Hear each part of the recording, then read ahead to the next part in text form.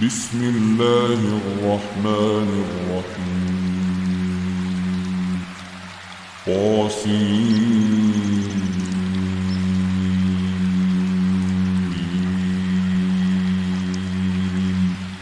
تلك آيات الكتاب المبين نتلو عليك من نبأ موسى وفرعون بالحق لقوم يؤمنون. إن فرعون علا في الأرض وجعل أهلها شيعا يستضعف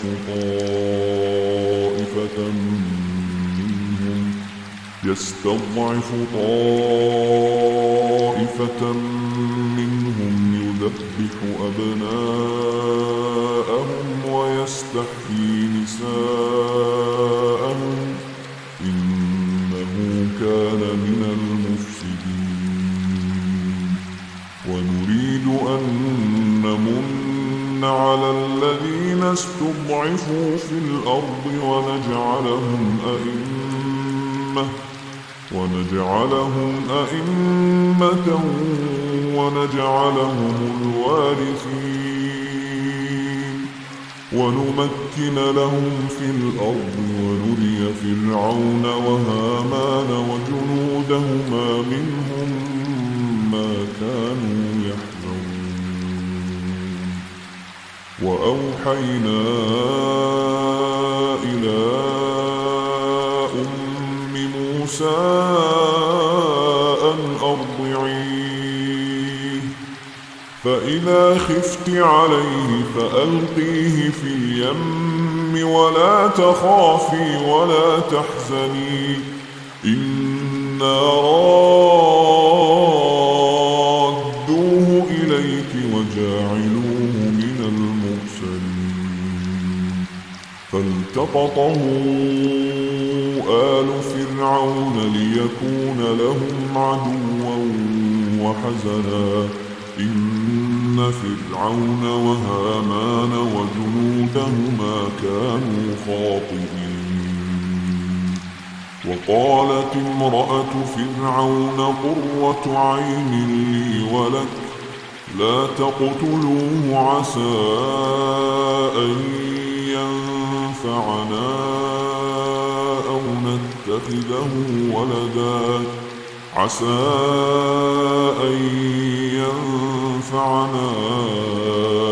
نتخذه ولدا وهم لا يشعرون.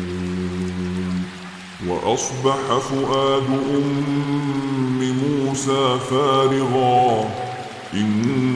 كادت لتبدي به لولا أن ربطنا على قلبها لتكون من المؤمنين. وقالت لأخته قصيه فبصرت به عن جنب وهم لا يشعرون. وحرمنا عليه المراضع من قبل فقالت هل أدلكم على أهل بيت يكفلونه لكم وهم له ناصحون. فرددناه إلى أمه كي تقر عينها ولا تحزن ولتعلم أن وعد الله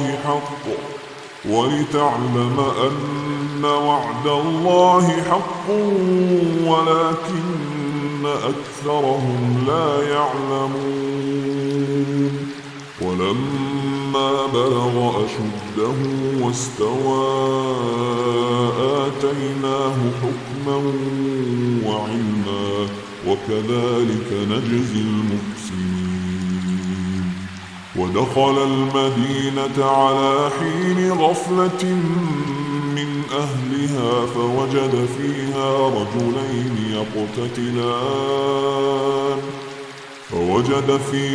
رجلين يقتتلان هذا من شيعته وهذا من عدوه فاستغاثه الذي من شيعته على الذي من عدوه فوكزه موسى فقضى عليه قال هذا من عمل الشيطان إنه عدو مضل مبين قال رب إني ظلمت نفسي فاغفر لي فغفر له إنه هو الغفور الرحيم قال رب بما أنعمت علي فلن أكون ظهيرا للمجرمين فأصبح في المدينة خائفا يترقب فإذا الذي استنصره بالأمس يستصرخه قال له موسى إنك لغوي مبين فلما أن أراد أن يبطش بالذي هو عدو لهما قال يا موسى أتريد أن تقتلني كما قتلت نفسا بالأمس إن تريد إلا أن تكون جبارا في الأرض وما تريد أن تكون من المصلحين وجاء رجل من أقصى المدينة يسعى قال يا موسى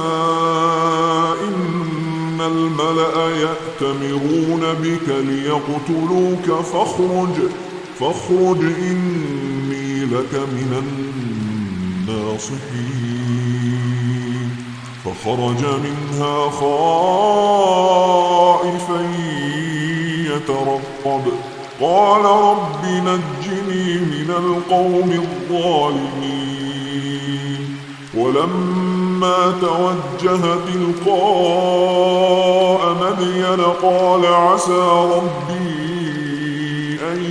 يهديني سواء السبيل ولما ورد ماء مدين وجد عليه أمة من الناس يسقون ووجد من دونهم امرأتين تذودان قال ما خطبكما قالتا لا نسقي حتى يصدر الرعاء وأبونا شيخ كبير فسقى لهما ثم تولى إلى الظل فقال رب إني لما أنزلت إلي من خير فقير فجاءته إحداهما تمشي على استحياء قالت إن أبي يدعوك ليجزيك أجر ما سقيت لنا فلما جاءه وقص عليه القصص قال لا تخف نجوت من القوم الظالمين قالت إحداهما يا أبت استأجره إن خير من استأجرت القوي الأمين قال إني أريد أن أنكحك إحدى ابنتي هاتين على أن تأجرني 8 حجج فإن أتممت 10 فمن عندك وما أريد أن أشق عليك ستجدني إن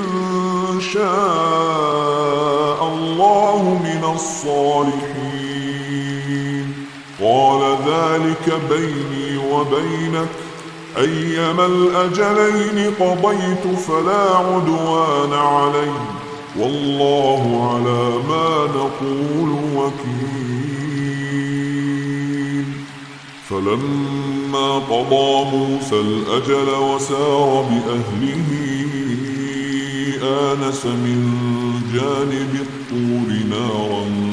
قال لأهلهم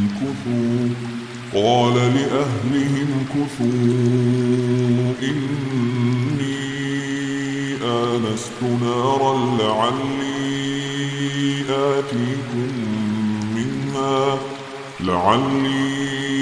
آتيكم منها بخبر أو جذوة من النار لعلكم تصطلون. فلما أتاها نودي من شاطئ الوادي الأيمن في البقعة المباركة من الشجرة أي يا موسى إني أنا الله رب العالمين وأن ألق عصاك. فلما رآها تهتز كأنها جان ولا مدبرا ولم يعقب. يا موسى أقبل ولا تخف إنك من الآمنين. أسلك يدك في جيبك تخرج بيضاء من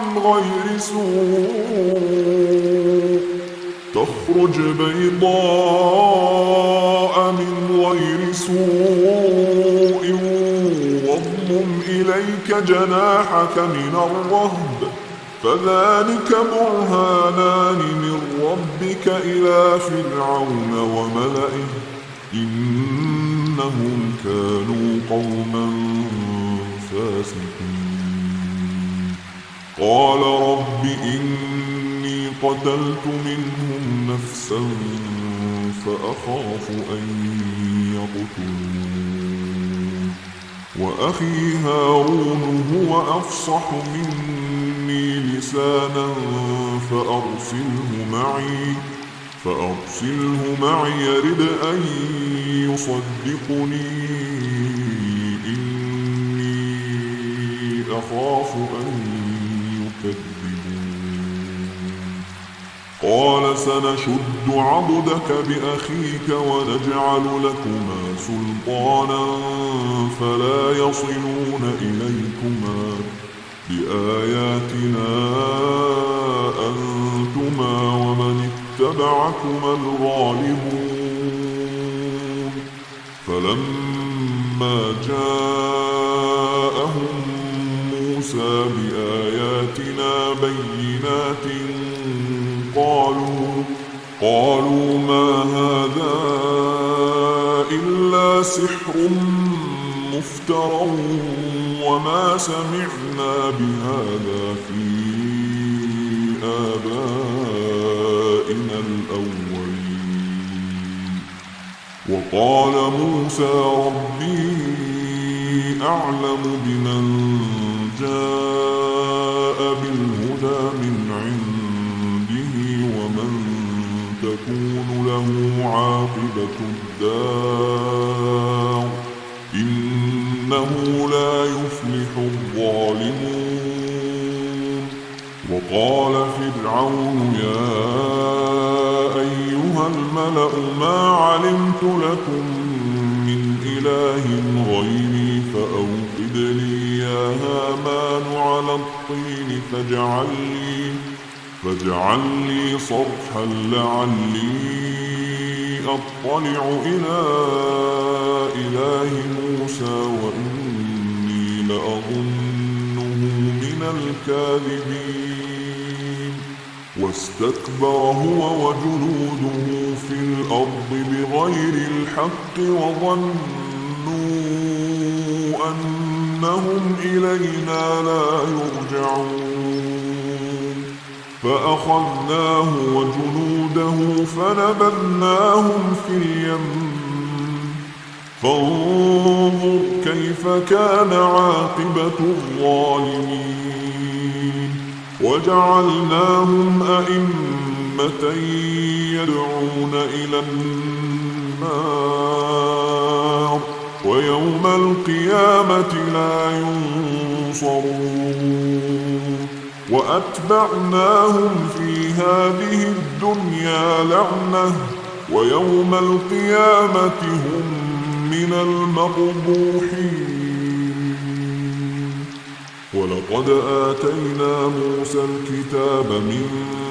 بعد ما أهلكنا القرون الأولى بصائر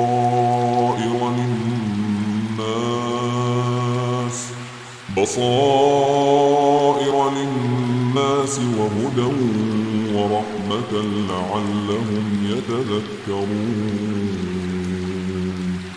وما كنت بجانب الغربي إذ قضينا إلى موسى الأمر وما كنت من الشاهدين ولكننا أنشأنا قرونا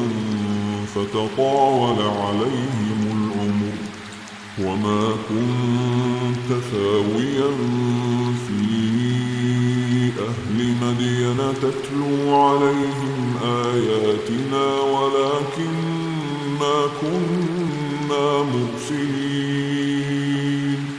وما كنت بجانب الطور إذ نادينا ولكن رحمة من ربك لتنذر قوما ما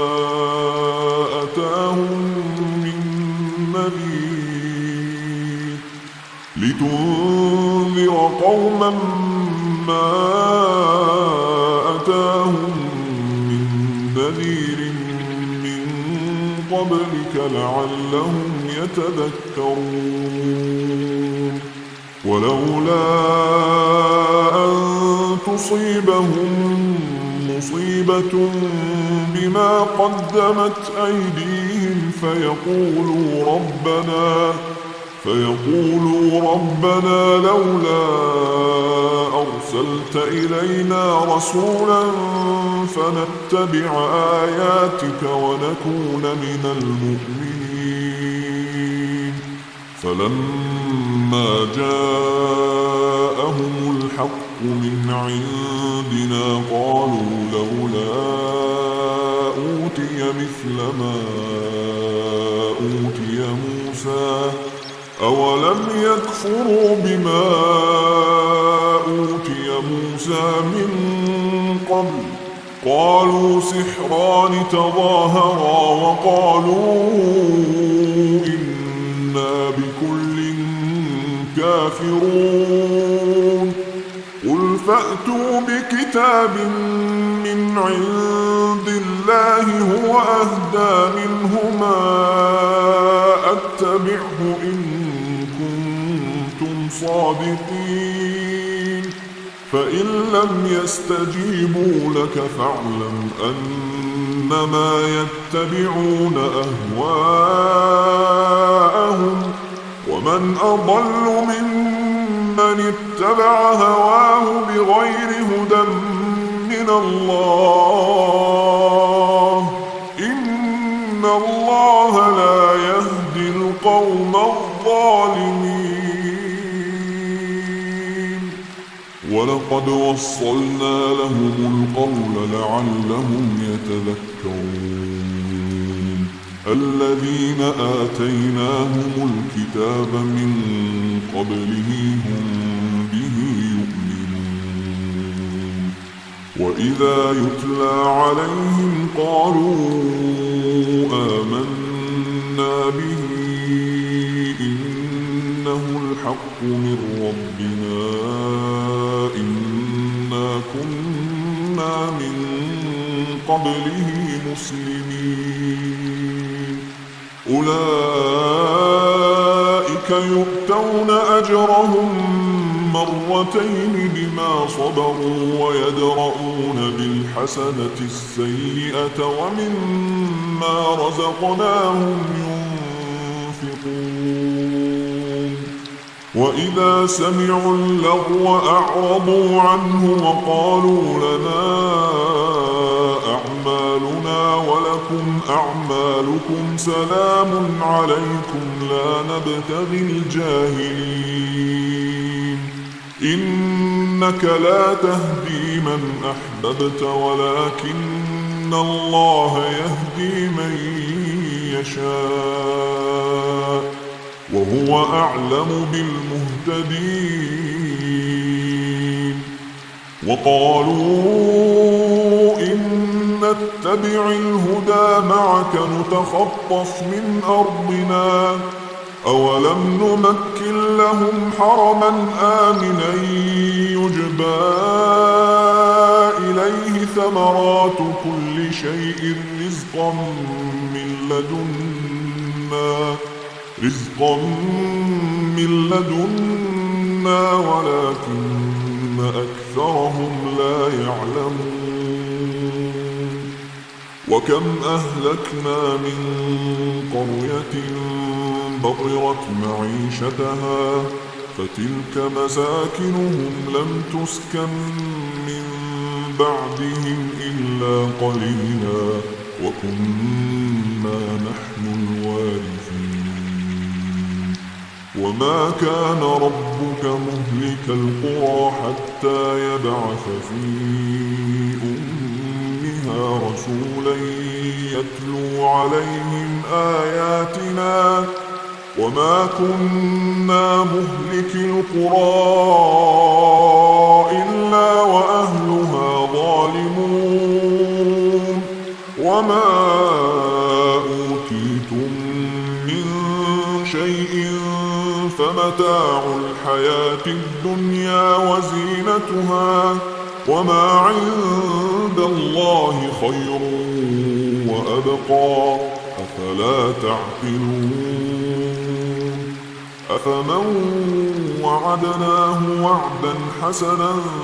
فهو لاقيه كمن متعناه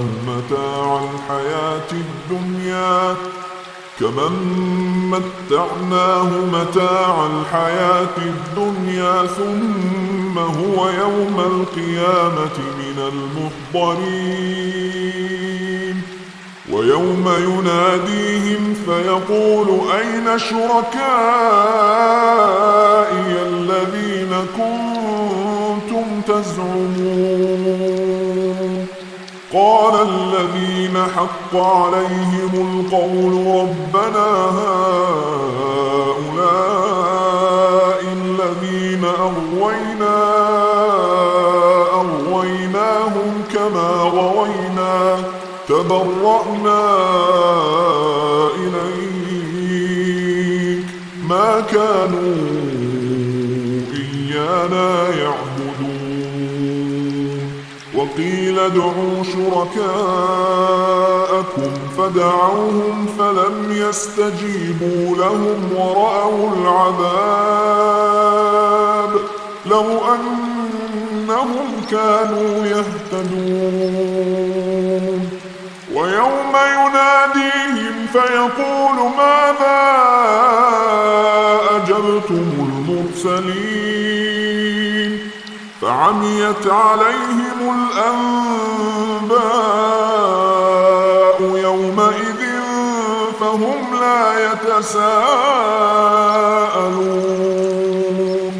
فأما من تاب وآمن وعمل صالحا فعسى أن يكون من المفلحين وربك يخلق ما يشاء ويختار ما كان لهم الخيرة سبحان الله وتعالى عما يشركون وربك يعلم ما تكن صدورهم وما يعلنون وهو الله لا إله إلا هو، له الحمد في الأولى والآخرة، وله الحكم وإليه ترجعون. قل أرأيتم إن جعل الله عليكم الليل سرمدا إلى يوم القيامة من إله غير الله يأتيكم بضياء أفلا تسمعون. قل أرأيتم إن جعل الله عليكم النهار سرمدا إلى يوم القيامة من إله غير الله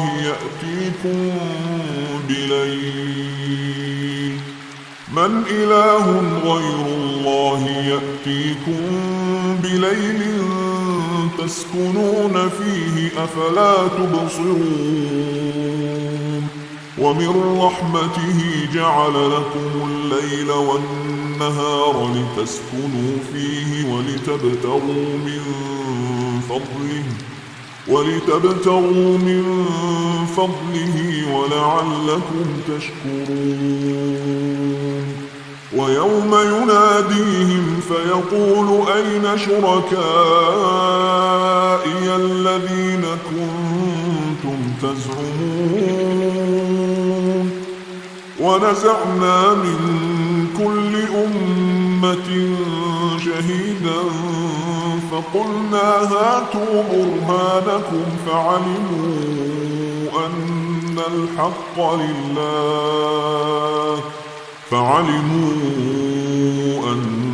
الحق لله وضل عنهم